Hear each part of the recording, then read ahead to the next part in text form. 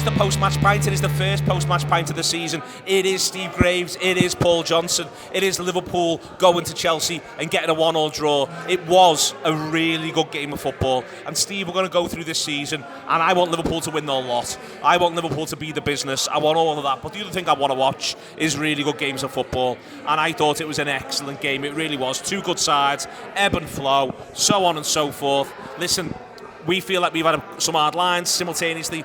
They've also played really well. It's just an excellent game, and it's a difficult place to go. Yeah, I'm hoping optimistically that you look back on it. Me and Jacko were just saying, that this is a much better Chelsea side than the one that hasn't won a game at home since March, and this is a side that's clearly got a new manager, a new outlook, and some new players. Yeah, a good manager who knows how to use some of the players they've got and some good players they've brought in. So with that in mind, I think in the moment I'm pretty disappointed.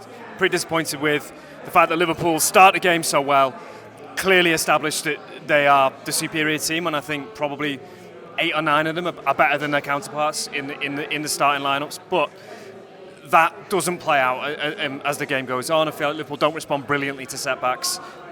But I think they're really boosted by, for instance, making it 1-1. Do you know what I mean? Like I think you've got to allow, again, this is the idea of going away from home. Yeah, they're really boosted by it, and that change. I mean, that passage of play.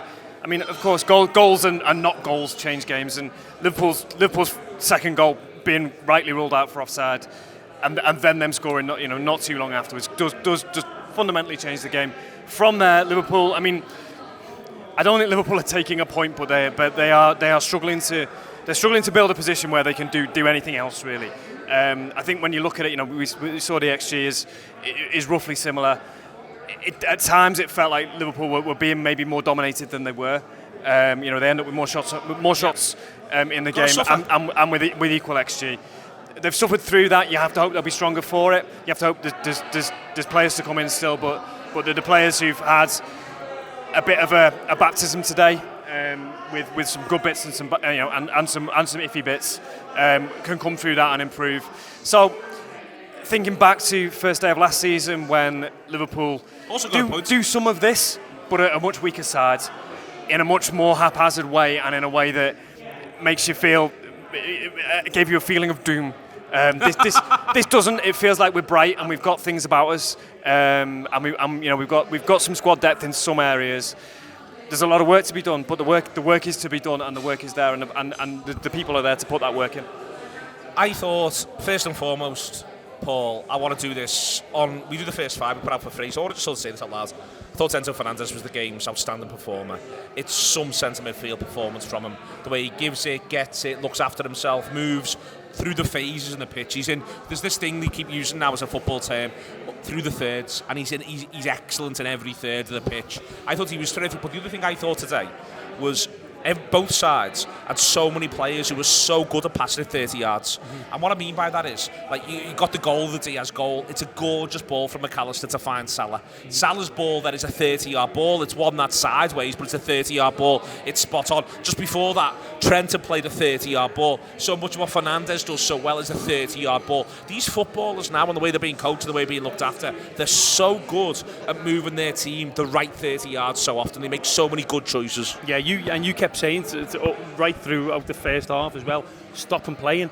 But he's that good, it's very hard to do, Neil. So good. He's so good. And as you say, you've listed there about 4 or 5 examples of other players who did exactly the same thing first half, and it was a case of that.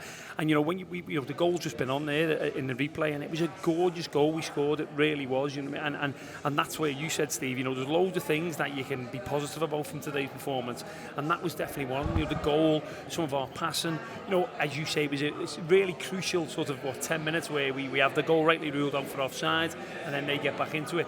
But we said there, he gave him man of the match, and there was no contest that Enzo Fernandez was going to get. Like, I only heard, we couldn't hear much commentary, we're in the vines, we're having a great time. But he had his ludicrous Payne's Mancunian accent, Neville. Like, I've got to give it just about. Like, no, fuck off, lad. No. He's been great. Let's just say he's been great.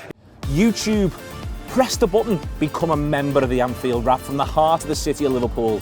The best way to enjoy all your Liverpool-based videos, everything you need, every single day. It is the Anfield Wrap.